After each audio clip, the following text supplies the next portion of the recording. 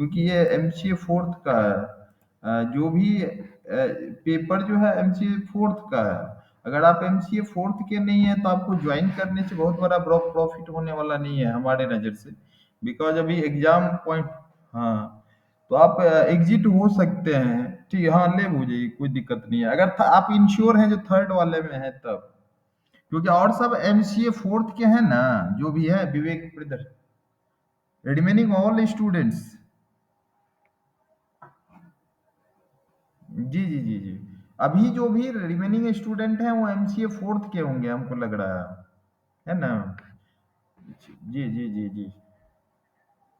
तो एमसीए नहीं तो आप मत ज्वाइन कीजिए। ओनली ये पेपर मैं दिखा रहा हूँ आपके लिए यूजफुल नहीं है ना। एमसीए सेकंड के लिए यूजफुल नहीं है क्योंकि हमारा जो पेपर है आज का, मैं दिखा रहा हूँ। 1 मिनट होल्ड कीजिएगा, उसके बाद आप लेफ्ट हो सकते हैं। मैं दिखा देता हूँ स्ट्रक्चर ही, 1 मिनट होल्ड करेंगे। ठीक है, मैं शेयर कर रहा हूँ जस्ट 1 मिनट।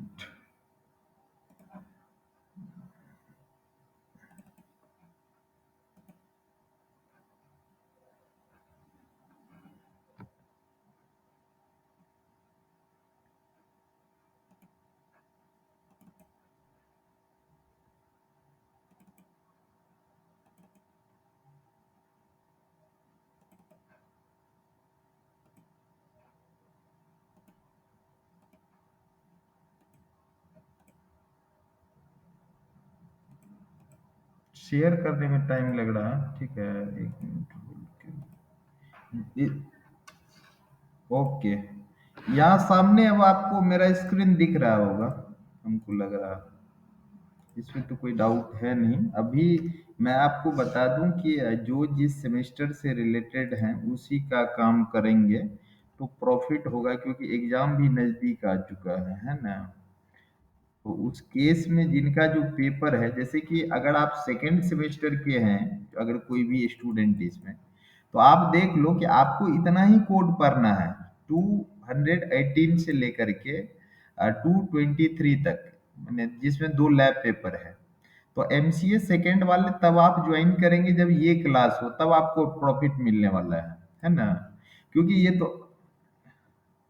ये कब क्लास होने वाला है ये तो आरसी से ही आपको कंसल्ट करना होगा, है ना।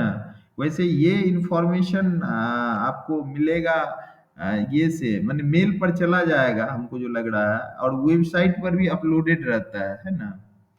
तो ये हो गया सेकंड का। तो ऋतिक राज, आप सेकंड के थे क्या? जो भी हो, अगर आप सेकंड के हैं तो आप लेफ्ट हो सकते हैं। बच गया थर्ड।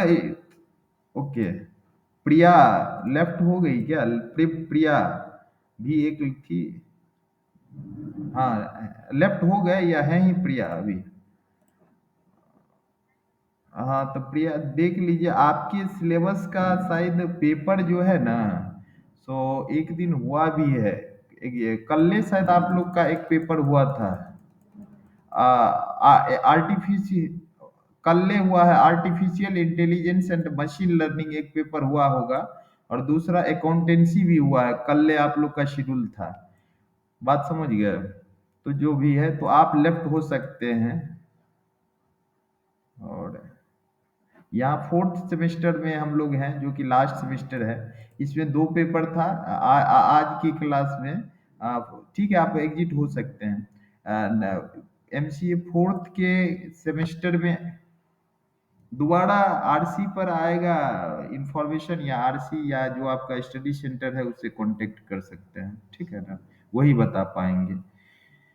क्लियर ना? क्लास बेस्ड इंफॉर्मेशन हमारे पास नहीं रहता, जो साइट पर अवेलेबल है उसको आप फॉलो करें, वेबसाइट को। और सेकेंड वन क्या है कि आप आरसी अदरवाइज स्टडी सेंटर से कंसल्ट करें फॉर मोर डिटेल, है ना, अच्छा रहेगा। क्लियर? अब है क्या कि यहाँ पर हमको 2 पेपर दिया गया है, जिसमें एक क्या है, digital image processing and computer vision, जो कि हमारा 4 से 5 क्लास था इस पेपर का भी।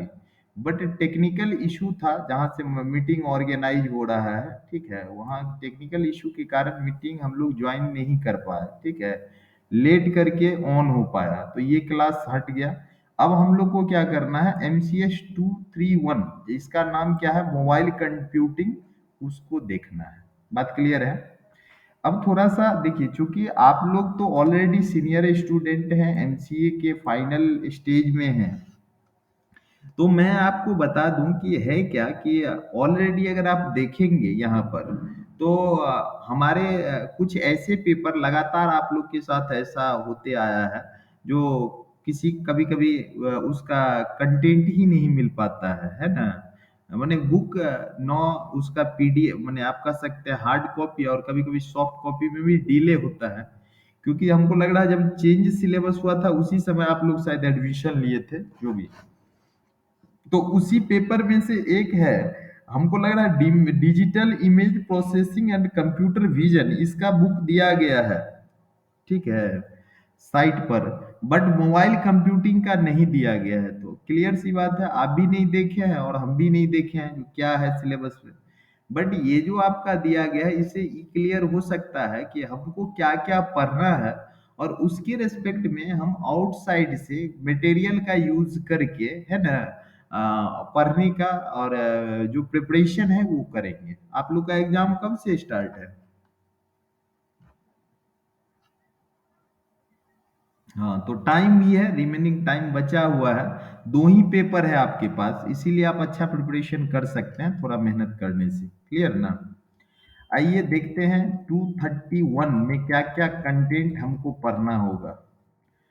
231 में दिख रहा है मेरा स्क्रीन आप लोग को?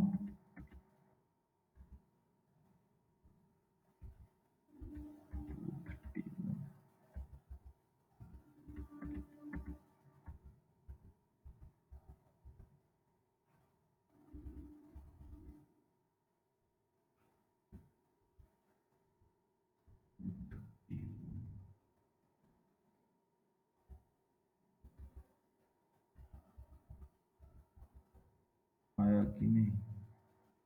आ गया ना 230। डिजिटल इमेज प्रोसेसिंग के बाद नेक्स्ट वन आया, mobile computing 231। Clear?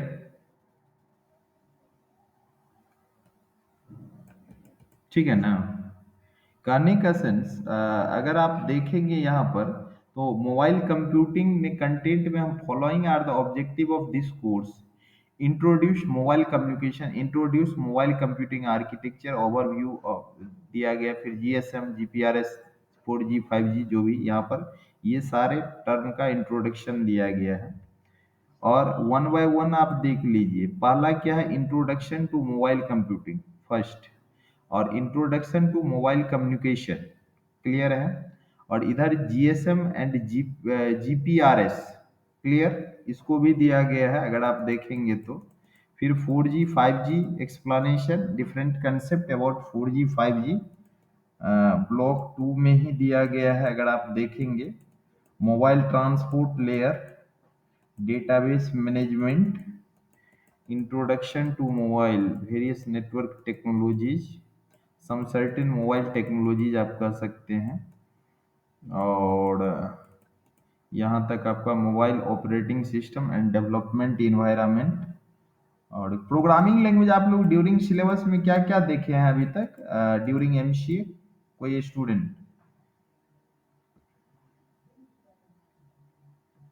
Hello? Programming language कोई आप लोग पढ़े भी हैं? हेलो? हाँ, ने MCA के पीरियड में कोई प्रोग्रामिंग लैंग्वेज आया था आप लोग का?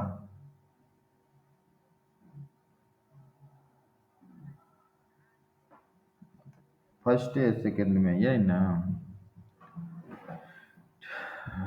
हाँ, थर्ड में, ओके, कोई बात नहीं। यहाँ जो टर्म दिया गया है इसमें कुछ कॉमन टर्म भी है, जो कंप्यूटर नेटवर्क का जो आपका सिलेबस है उससे भी कुछ रिलेटेड है बात, अगर आप देखेंगे तो।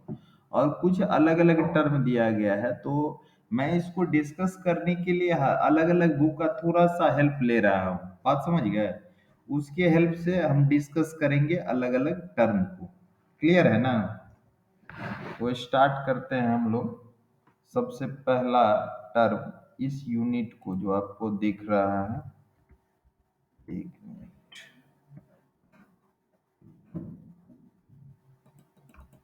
इंट्रोडक्शन टू मोबाइल कम्युनिकेशन है ना, जीएसएम जीपीआरएस, ये जो दिख रहा है यहीं से ब्लॉक वन है हमारा। ठीक है, फिर introducing the mobile computing architecture, इसको भी डिस्कस करेंगे। देखिए, ये जो आपका कंटेंट है उसको तो आप देख ही लिए हैं, इसको थोड़ा रिमूव करके हम टॉपिक को लाते हैं। एक मिनट।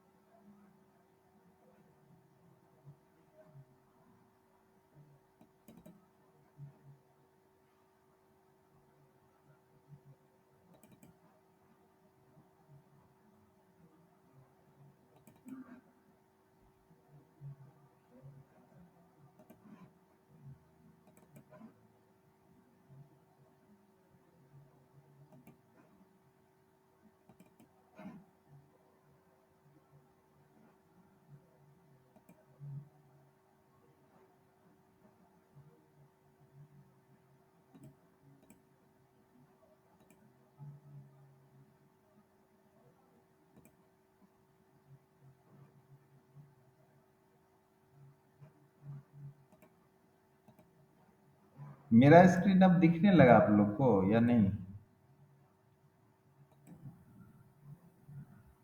कुछ ऐसे टॉपिक को मैं यहाँ से डिस्कस करने जा रहा हूँ जिसको कि आप देखे भी होंगे, वहाँ पर दिया भी गया है। कहाँ पर? आपका जो मोबाइल कंप्यूटिंग है ना, उसमें कुछ इनिशियल टर्म जो कि इसी सब से रिलेटेड आपको दिख रहा होगा, ठीक है, जिसको कि यहाँ पर हम थोड़ा सा डिस्कस करेंगे, क्योंकि कॉमन सी बात है, मैंने क्या बोला कि जब तक मटेरियल नहीं है तो कहीं न कहीं से हमको छांटना ही पड़ेगा उस मटेरियल को, ठीक है ना? तो पहला टर्म आप देख भी रहे हैं, यहाँ पर दिया भी गया है क्या चीज के बारे में, मोबाइल कम्युनिकेशन में अगर आप देखेंगे, ठीक है, तो टीडीएम मल्टीप्लेक्सिंग एक है, ठीक है, और जीएसएम है, जीपीआरएस है, ये सब टर्म दिया गया है इंट्रोडक्शन के अंदर ही। तो सबसे पहला एक टर्म मैं 2 मिनट के लिए डिस्कस करके बाहर इसमें से निकलूंगा। वैसे भी हमारा जो ये यूनिट है इसका नाम दिया गया introduction to wireless and mobile network, ठीक है, इग्नू के सिलेबस से ही लिया गया टर्म है, ठीक है ना? तो इंट्रोडक्शन टू क्या दिया गया है, आप कह सकते हैं इंट्रोडक्शन सिस्टम में वायर्ड कम्युनिकेशन और वायरलेस कम्युनिकेशन। तो एक्चुअली वायर्ड कम्युनिकेशन और वायरलेस कम्युनिकेशन में क्या डिफरेंस है, इस चीज को थोड़ा सा हम लोग समझ लें बिफोर। आप अगर मोबाइल कंप्यूटिंग को देखते हैं तो क्या कर रहा है कि the wired communication system depends solely on wires, as, ठीक है, as all the users are connected to each other through wires. इसका मतलब क्या हो गया, नाम से ही क्लियर हो रहा है कि अगर वायर्ड कम्युनिकेशन आप करेंगे, मीन्स जिसको हम लोग क्या बोलते हैं, अगर आप कम्युनिकेशन के लिए गाइडेड ट्रांसमिशन मीडिया का यूज करते हैं, किसका यूज यूज करते हैं, गाइडेड ट्रांसमिशन मीडिया का। गाइडेड ट्रांसमिशन मीडिया का नाम आप लोग पहले भी सुने होंगे, हमको लग रहा है, जैसे कि ट्विस्टेड पेयर केबल हो गया, कोएक्सियल केबल हो गया, ऑप्टिकल फाइबर हो गया, ये सारे किसके एग्जाम्पल हो जाएंगे? तो सारे गाइडेड ट्रांसमिशन मीडिया का एग्जाम्पल है। तो आपको बता दें कि अगर आप गाइडेड ट्रांसमिशन मीडिया का यूज करते हैं तो that is known as wired communication. और वायरलेस केस में आप किसका यूज कर सकते हैं, अनगाइडेड ट्रांसमिशन मीडिया का यूज कर सकते हैं। अगर वायर्ड कम्युनिकेशन होगा तो डायरेक्टली वायर्ड के थ्रू क्या होगा, हमारा डिवाइस कनेक्टेड होगा, उसका कुछ प्रोस कॉन्स भी है, that is the common term. लेकिन अभी हमको देखना क्या है, जैसे मोबाइल कंप्यूटिंग की अगर हम बात करेंगे तो आज के डेट में जितने भी सेलुलर मोबाइल है वो क्या है, वायरलेस कम्युनिकेशन प्रोवाइड करता है। क्या प्रोवाइड करता है? वायरलेस कम्युनिकेशन प्रोवाइड करता है, नॉट द वायर्ड कम्युनिकेशन। सो यहाँ पर क्या दिया गया, इन wireless communication system communication medium is space and not wires, इसी को हम लोग क्या बोलते हैं, वायरलेस कम्युनिकेशन। और वायरलेस कम्युनिकेशन की अगर हम बात करें तो कहता है क्या है कि each user communicate with each other through a wireless link in the case of wireless communication. This link can be a radio link which typically works on radio frequency concept. ठीक है. साथ में कह रहा है the typical example of wireless communication system can be mobile system. एक common example है wireless communication system का, वो क्या कहलाता है? मोबाइल सिस्टम, मोबाइल कम्युनिकेशन, जिसमें जिसका आपको जो यहाँ पर दिया गया है उसमें क्या दिया गया है? Global system for mobile communication, जिसको हम लोग जीएसएम बोलते हैं. और एक क्या होता है? Code division multiple access. एक कंसेप्ट क्या बोला जाता है? सीडीएमए. तो ये दो अप्रोच दिया गया है किसके केस में? वायरलेस कम्युनिकेशन के केस में. और वैसे भी सीडीएमए जीएसएम ये आपको देखना भी है. क्लियर ना? यहाँ पर एक चीज देख सकते हैं कि जब भी वायरलेस कम्युनिकेशन सिस्टम की बात होता है तो दो टर्म आता है. एक क्या है? सेलुलर फोन है, और एक क्या है? बेस स्टेशन है. ठीक है ना?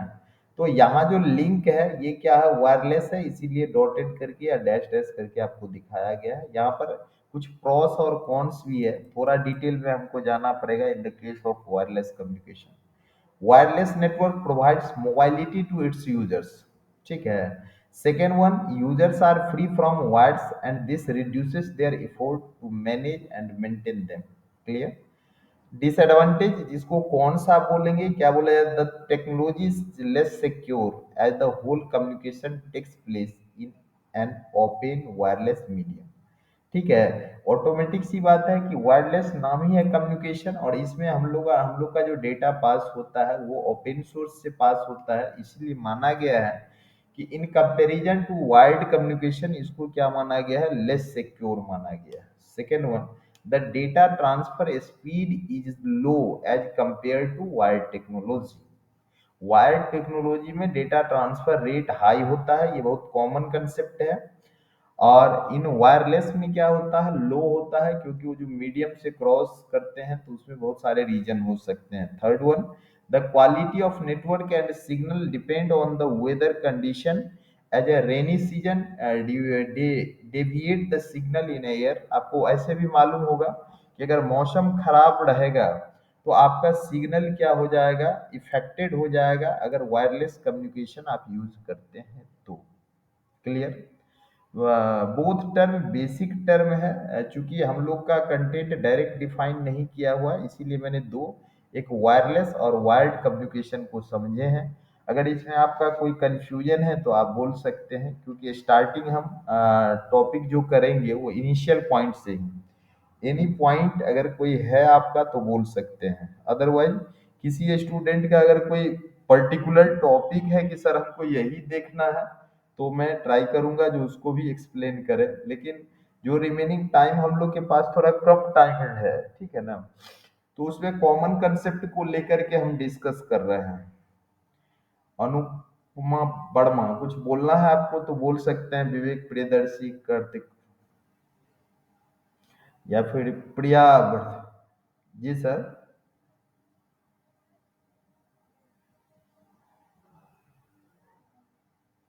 अ-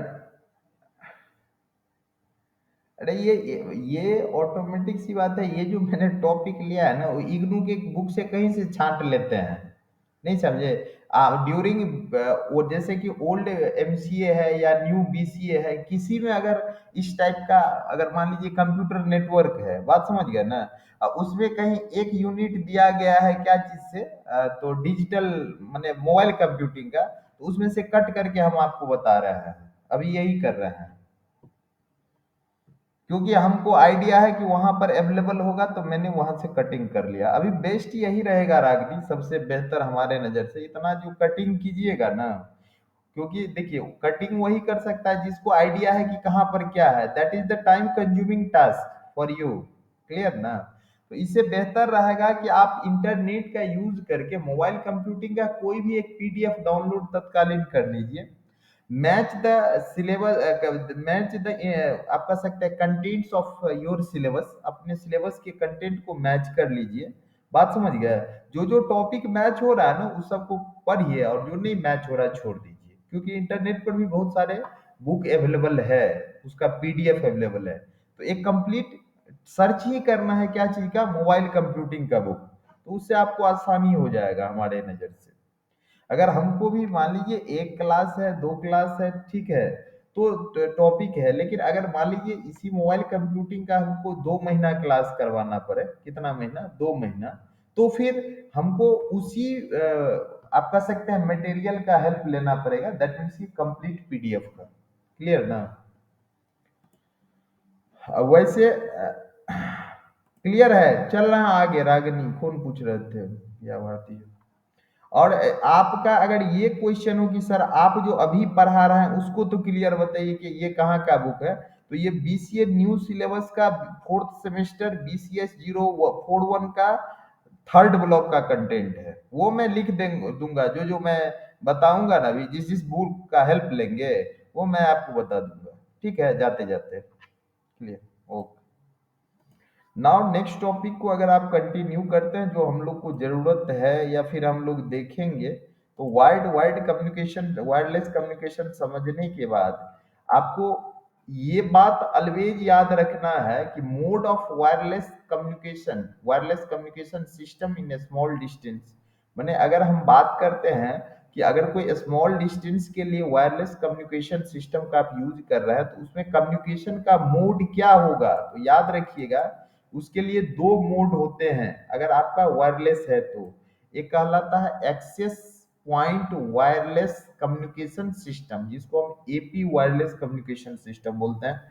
second one is ad hoc wireless communication system, means ये दो मोड हुआ, या तो आप एपी बेस्ड यूज कीजिए या एडहॉक बेस्ड यूज कीजिए। क्लियर ना? अगर एपी बेस्ड कम्युनिकेशन मोड होगा तो आपको मालूम रखना होगा कि different devices means different system आप कर सकते हैं कम्युनिकेट विथ ईच अदर भाया एपी, भाया AP. AP represents access point. जैसे कि यूजर वन से कोई कंटेंट यूजर टू में भेजना है, तो इनिशियली यूजर वन, दिख रहा है diagram, user one sends the data to AP. Now AP is responsible to send the data to the user 2, किसको देने के लिए, यूजर 2, या फिर user 1 sends the data to the user 3। Clear? Any doubt या कंफ्यूजन है तो आप बोल सकते हैं, हमको नहीं लग रहा है कि इसमें कोई कंफ्यूजन आपको हो रहा होगा। अगर कोई डाउट है तो आप क्लियर कर सकते हैं क्या?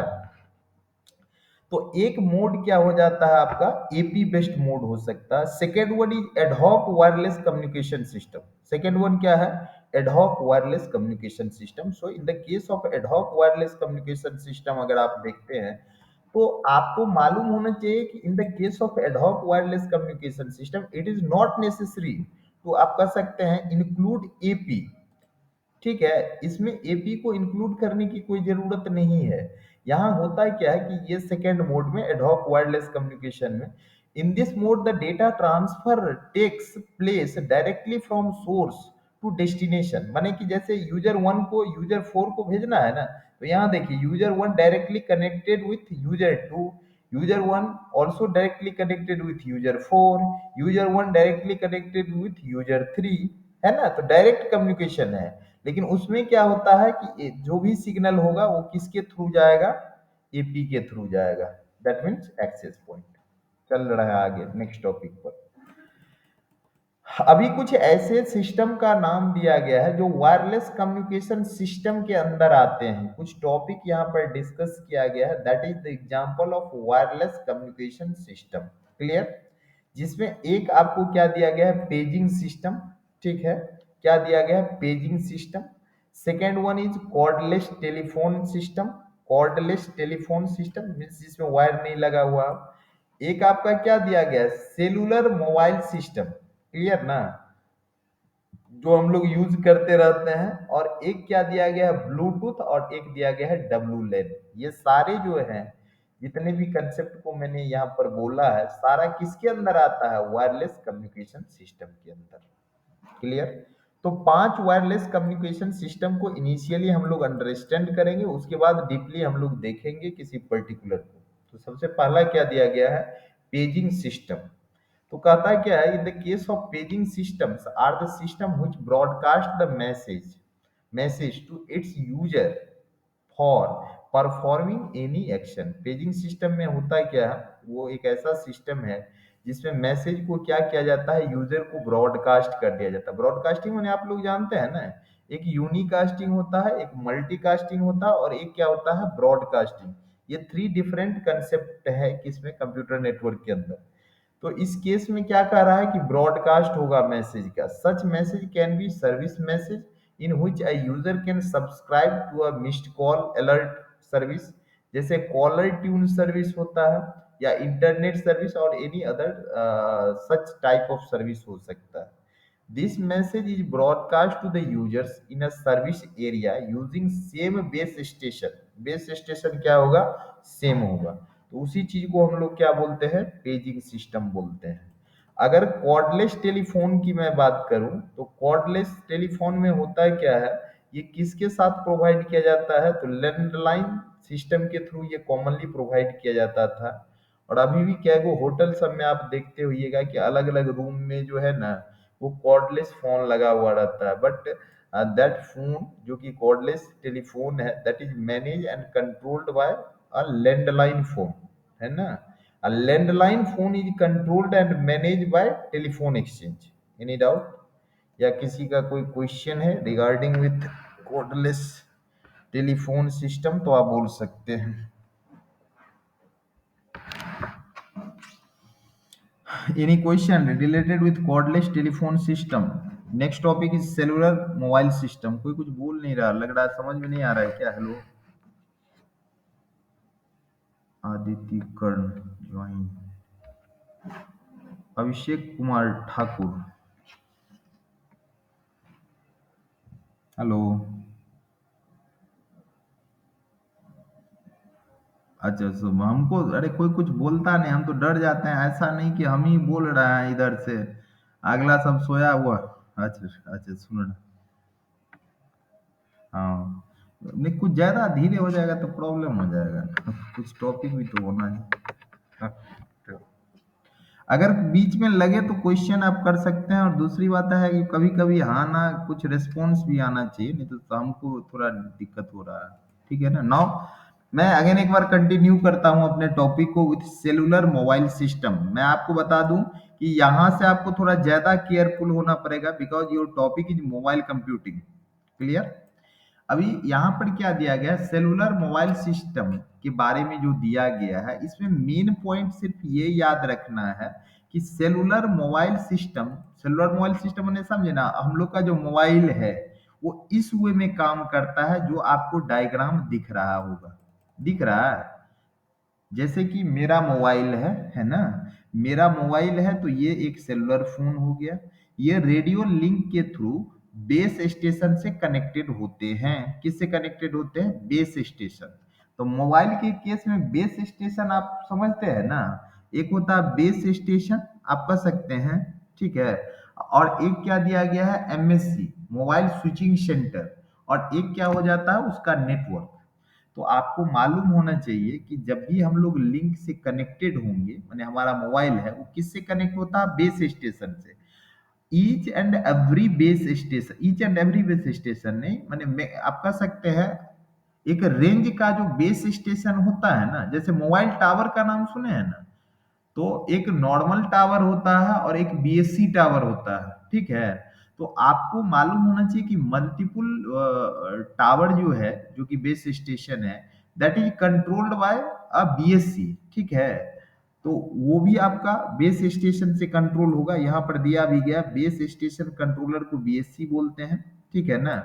और एक आपका क्या है कि MSc, so multiple MSc, sorry multiple BSc controlled by MSc. MSc means mobile switching centre. अब ये मोबाइल स्विचिंग सेंटर किससे कंट्रोल होगा, पब्लिक स्विच टेलीफोन नेटवर्क से। किससे कंट्रोल होगा, पब्लिक स्विच टेलीफोन नेटवर्क से। क्लियर। तो यही कंसेप्ट है किसका, सेलुलर मोबाइल सिस्टम का। अगर आपको इसमें कोई कंफ्यूजन है तो बोल सकते हैं, नहीं तो आगे चल रहा है। इसका बार बार हम लोग को जरूरत होगा। Bluetooth is very common term. ये ज्यादा डिस्कस करने से हम लोग को कोई फायदा नहीं है, क्योंकि बार बार आप ब्लूटूथ यूज करते हैं। और बहुत ओल्ड कंसेप्ट इस सेंस में है कि बहुत दिनों से आप यूज कर रहे हैं। So please read the Bluetooth carefully. अगर आप पढ़ते हैं तो कोई खास पॉइंट नहीं दिया गया है। नाउ डब्लू लैन की अगर हम बात करेंगे तो ये भी वन टाइप ऑफ लैन है। ये क्या चीज को रिप्रेजेंट करता है? वन टाइप ऑफ लैन, जिसको लोकल एरिया नेटवर्क बोलते हैं। बात समझ गए? लेकिन होता है क्या है, जो ये जो हम लैन की बात कर रहे हैं, वायरलेस लोकल एरिया नेटवर्क की बात कर रहे हैं, इसमें हमारा जो नेटवर्क है, हमारा जो लोकल एरिया नेटवर्क है, वो वायरलेसली कनेक्टेड रहेगा। उसी को हम लोग क्या बोलते हैं? डब्लू लैन बोलते हैं। W LAN technology works on I triple E 802.11 standard. इसका कंपोनेंट क्या है? एक बीएसएस और एक ईएसएस, एक एपी और एक डीएस। मीन्स डब्लू लैन जब भी ऑपरेट होगा ना, तो आपको आई ट्रिपल ई 802.11 स्टैंडर्ड पर काम करता है। बात समझिए। और उसका जो कंपोनेंट्स है, means to operate I triple E 802.11 standard को ऑपरेट करने के लिए अलग अलग चीज हम लोग को यूज करना पड़ता है। अलग अलग कंपोनेंट का यूज करना पड़ता है। फॉर एग्जाम्पल, आप बीएसएस का यूज कर सकते हैं, ईएसएस का यूज कर सकते हैं, एपी का यूज कर सकते हैं, डिस्ट्रीब्यूशन सिस्टम का यूज कर सकते हैं। तो ये डिफरेंट आपका दिया गया है किसके अंदर? तो डब्लू लैन के थ्रू। अब इसमें है क्या? एपी के बारे में तो मैंने पहले भी बोला है, access point, Anupama Varma. AP मैंने डिस्कस किया है, कुछ आप बताएंगे अबाउट एपी? थोड़ा सा कम्युनिकेशन भी हो जाए। अनुपमा वर्मा अगर सुनाई दे रहा है तो। और किससे पूछा? हम ये बात कर रहे थे एपी, जैसे कि यहाँ पर मेंशन, मैं दूसरा तीसरा चौथा टर्म को लेके चल रहा हूँ, जो कि डब्लू लैन है, उसमें एक टर्म हमको मेंशन कर दिया है। वो टर्म है एपी के बारे में। आपको कुछ आइडिया है अबाउट एपी, एक्सेस पॉइंट, या नहीं? अभी कुछ देर पहले मैंने डिस्कस भी किया, लेकिन ध्यान पर से उतर गया। मैंने पहले भी अच्छा ठीक है, कोई बात नहीं, चलती है, हम कंटिन्यू करते हैं। मैंने बोला क्या कि एपी एक एक्सेस मोड दिया गया था, है ना? वायरलेस एक्सेस मोड में दिया गया था, एक एडॉक और एक एपी बेस्ड। ठीक है ना? तो एपी बेस्ड में होता है क्या है कि एक सेंट्रल कंपोनेंट होता है, सेंट्रल डिवाइस होता है। ईच एंड एवरी सिग्नल या each and every user initially communicate with central device. Now central device is responsible to send the data to the destination computer, destination system. Any doubt? अब इसमें है क्या कि यहाँ पर अगर हम BSS की बात करेंगे, which is a component of WLAN, तो BSS contain one or more mobile user. BSS can work in two modes. One in independent mode in which all users are connected each other directly. The other mode is infrastructure mode in which all users communicate through an AP. अब है क्या, यहाँ पर AP को फिर से दिया गया है जो एक्सेस पॉइंट में, वो मॉडेम हो सकता है, राउटर हो सकता है, सेंट्रल डिवाइस। और ये जो काम करेगा वो इस वे में काम करेगा, यहाँ पर दिया भी गया है, आप देख सकते हैं ईएसएस और डीएस के बारे में। ओवरऑल मैं आपको बता दूं कि डब्लू लैन, मैं फिर से रिपीट कर रहा हूं कि W LAN only represents the wireless local area network, मैंने सॉरी, हाँ, wireless local area network. It represent इतना ही करता है कि आप बिना वायर का नेटवर्क इस्टेब्लिश कर सकते हैं। ठीक है, लैन इस्टेब्लिश कर सकते हैं। लेकिन देखा ये गया है कि अगर डब्लू लैन की बात करें और कॉमन लैन की बात करें, तो लैन जो है ना वो लेस एक्सपेंसिव होगा इन comparison to W LAN.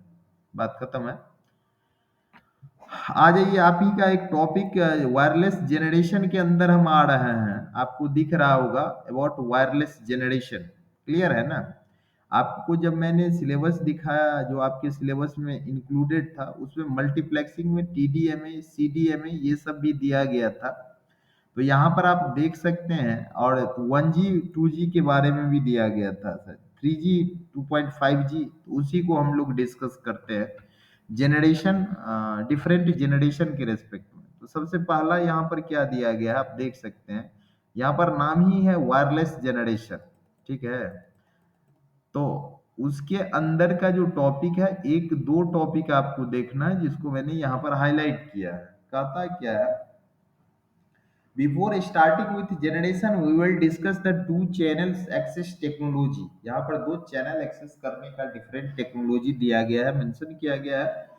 First one is TDMA, that is the time division multiple access. TDMA represents the time division multiple access. Second one is FDMA, that represents frequency division multiple access. Any doubt?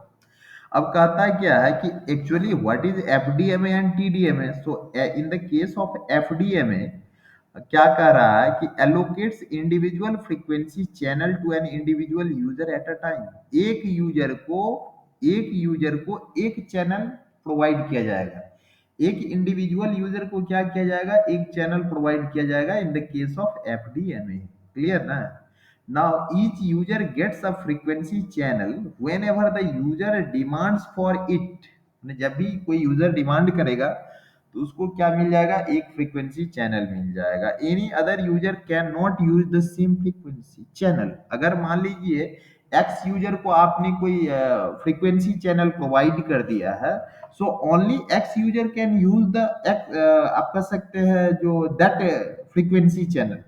अब दूसरा नहीं use कर सकता है in the case of frequency division. नाम ही है frequency division, जहां पर फ्रीक्वेंसी को डिवाइड करके यूजर को प्रोवाइड किया जाए, that is known as FDMA. In the case of TDMA, नाम से क्लियर हो रहा है time division multiple access. Here frequency नहीं डिवाइड होकर के क्या डिवाइड हो जाएगा, divides an individual frequency channel into number of time slots. Frequency channel नहीं डिवाइड होगा, क्या डिवाइड हो जाएगा, फ्रीक्वेंसी चैनल जो है वो टाइम स्लॉट में डिवाइड हो जाएगा इस in the case of TDMA. So any doubt related with FDMA और टीडीएमए अगर है आपका तो बोल सकते हैं, नहीं तो मैं फिर से आगे कंटिन्यू करूं. Any question related with FDMA and TDMA in the case of wireless technology. काफी कॉमन टर्म है, मैं फिर से आपको बता दूं. एक मिनट होल्ड कीजिएगा, थोड़ा एक कॉल आ रहा है. ठीक है.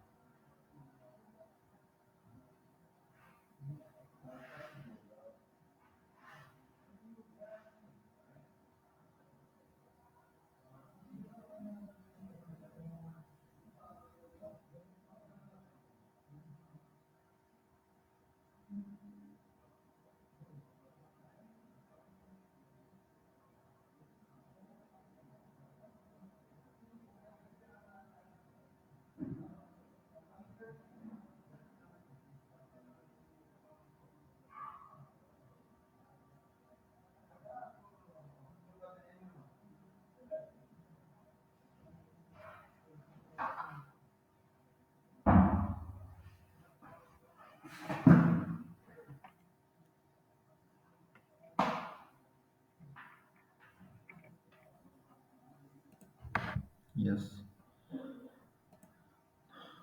तो टीडीएमए और इसके आगे हम अब बढ़ रहे हैं, जहां पर जनरेशन को थोड़ा मेंशन किया गया है.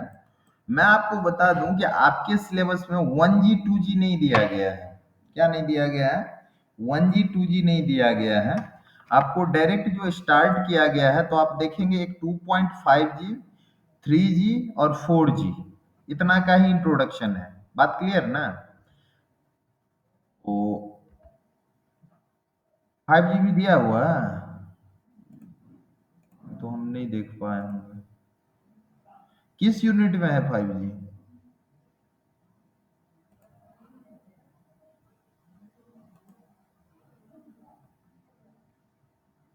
उसमें तो जीएसएम जीपीआरएस है यूनिट 4 में. हाँ है सॉरी. हाँ unit fifth, correct, unit fifth. लेकिन यहाँ पर 4G 5G का जो कंसेप्ट है वो थोड़ा डीप में दिया गया है. ठीक है. उसके लिए कुछ अलग कंसेप्ट को भी हम देखेंगे, मैंने देखना होगा, हम लोग को डिस्कस करेंगे.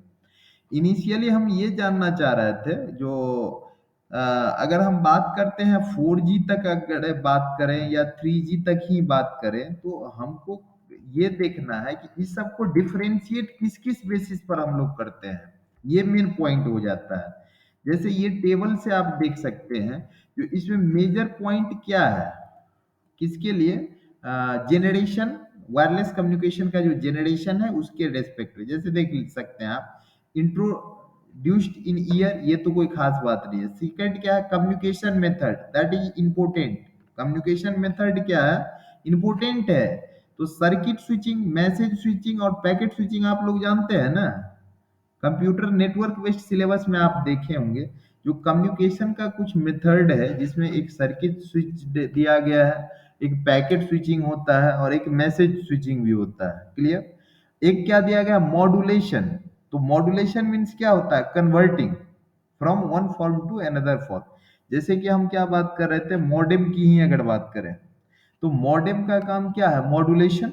मॉड्यूलेशन मीन्स क्या, converting from digital signal to analog form. तो कुछ टेक्निक यहाँ पर दिया गया है, not a single, different modulation technique दिया गया है। कुछ सर्विसेज है, चैनल असाइनमेंट है और स्टैंडर्ड है।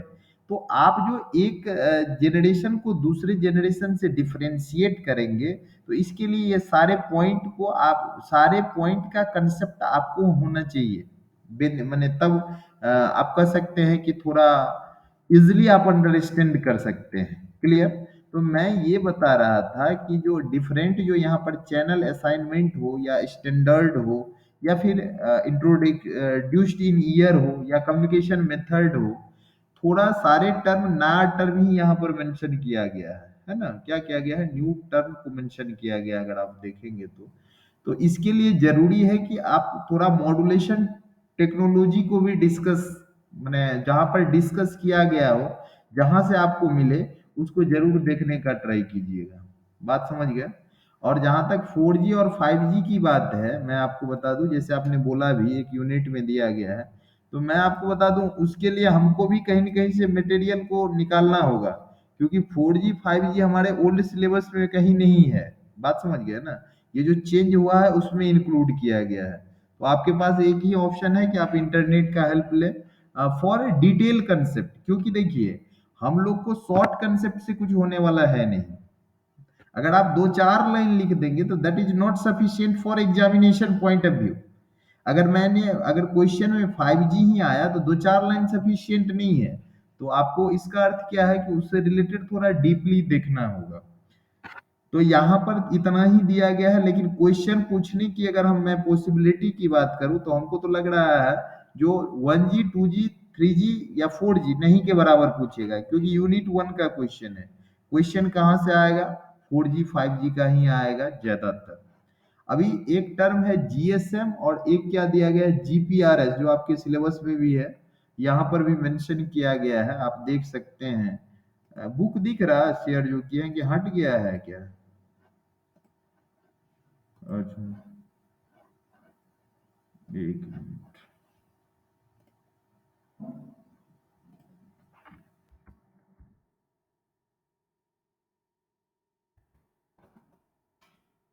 GSM दिख रहा है, आर्किटेक्चर ग्लोबल सिस्टम मोबाइल के बारे में, GSM आर्किटेक्चर आप लोग को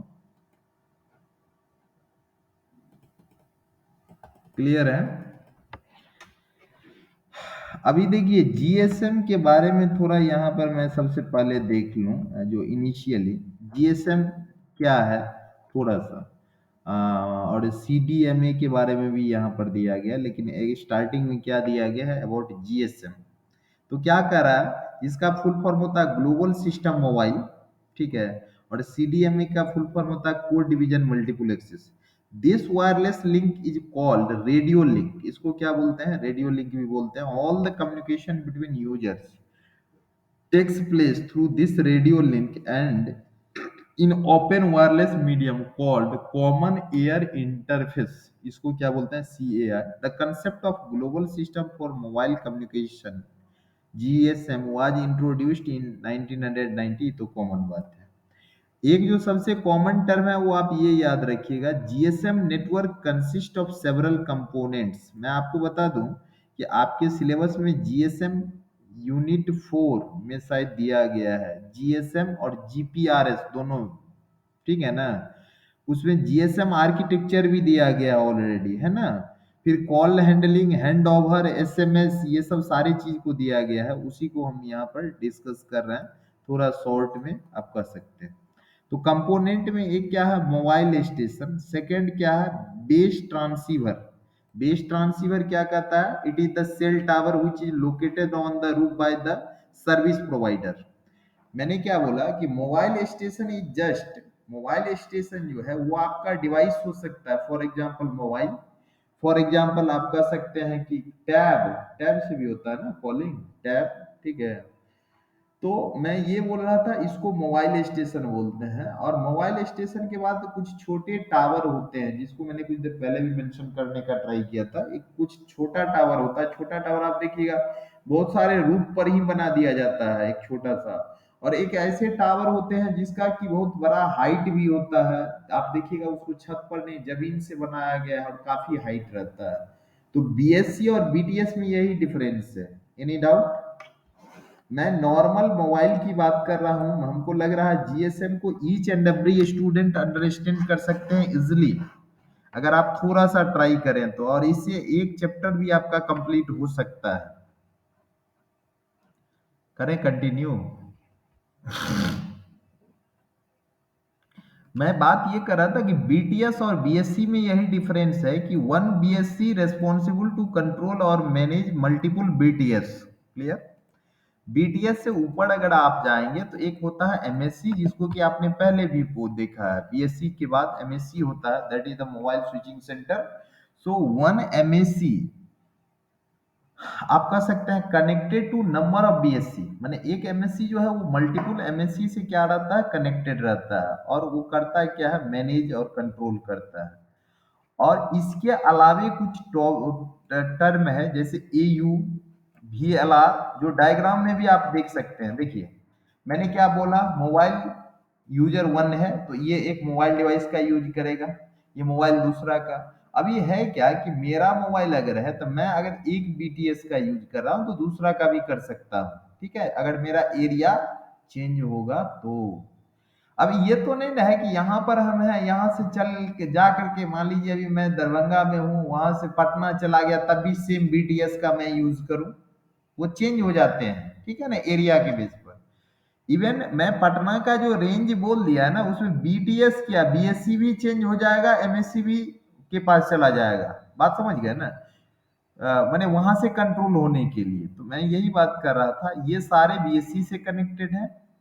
some certain components, for example HLR, क्या दिख रहा, HLR, ठीक है ना। तो और एक आपका क्या दिखा रहा, तो HLR के बारे में यहाँ पर आप देख सकते हैं मेंशन भी किया गया है, कहाँ पर, यहाँ home location register, HLR represents home register, ठीक है ना, होम क्या दिया था, होम लोकेशन रजिस्टर, क्लियर ना। और ऐसे VLR होगा मीन्स क्या, विजिटर लोकेशन रजिस्टर।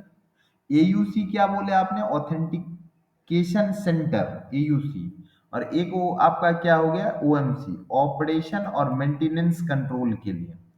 तो एचएलआर वो डेटाबेस हो जाता है जहां पर लोकल यूजर का इंफॉर्मेशन रहता है। अगर आप दरभंगा में हो, दरभंगा का ही सिम है, तो आप अगर बात करोगे तो आपको वो कहाँ स्टोर होगा, एचएलआर में जाकर के स्टोर होगा, एचएलआर डेटाबेस में स्टोर होगा इन the case of GSM, in the case of GSM. और अगर वही आप किस में काम करोगे, अगर मान लीजिए यहाँ से आपने निकल करके, कंसीडर कीजिए आपने रांची चला गया है 1 मिनट के लिए, अब आपका जो डेटा है, ठीक है, इंफॉर्मेशन है, जब आप उसी सिम का यूज करेंगे तो एचएलआर में नहीं स्टोर होकर के कहाँ होगा, वीएलआर में, कहां पर होगा, विजिटर्स लोकेशन रजिस्टर में जाकर के स्टोर हो जाएगा। ओएमसी क्लियर ही हो गया। और ऑथेंटिकेशन पॉइंट ऑफ व्यू से किसका हम लोग यूज करेंगे, एयूसी का। एयूसी का यूज किसके लिए करेंगे, ऑथेंटिकेशन पॉइंट ऑफ व्यू से। तो overall architecture of GSM completed है कि नहीं, का कोई क्वेश्चन है तो आप पूछ सकते हैं। That is topic related with your syllabus mobile computing.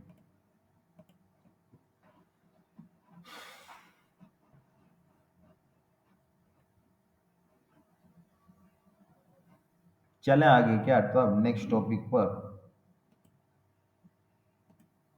Okay.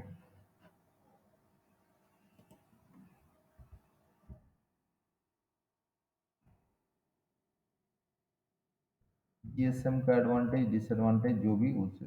अब आ जाइए कहाँ पर, सीडीएमए। सीडीएमए हम लोग को भी दिया गया है, ठीक है। और सीडीएमए में जो अप्रोच है उसको हम लोग को देखना भी है, ठीक है। एक सेकेंड हम मिला लेते हैं जो आपके ये में सीडीएमए है। लेकिन टीडीएमए, सीडीएमए, एफएडीएमए, लेकिन ये किसके रेस्पेक्ट में है? मल्टीप्लेक्सिंग के रेस्पेक्ट में। जीएसएम तो हो गया, एक minute hold. TDMA, CDMA, multiplexing का मतलब आप लोग ये कर रहे हैं। सीडीएमए हमको दिख नहीं रहा है कहाँ दिया गया, वैसे दिया तो होना चाहिए, लेकिन टीडीएमए होगा उसके बेस पर सीडीएमए सिलेबस में दिया गया है। तो ये बता करके कोई बहुत बड़ा प्रॉफिट नहीं होने वाला है ना।